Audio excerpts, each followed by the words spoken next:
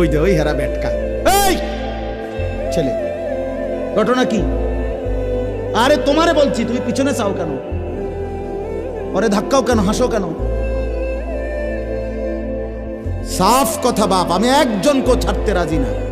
আমার জিন্দিগির সিদ্ধান্ত এটা। কোনো গাফেল, কোনো ফালতু মানুষ আমি বলতে রাজি না।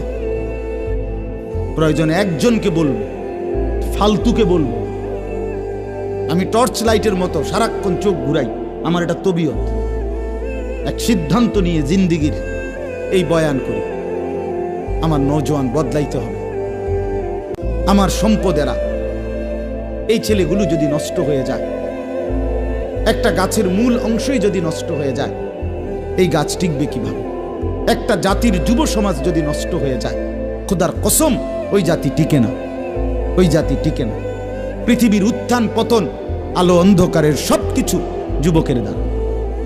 যুবক চাইলে গড়তেও পারে, যুবক চাইলে ভেঙেও ফেলতে পারে, নষ্ট করেও ফেলতে পারে।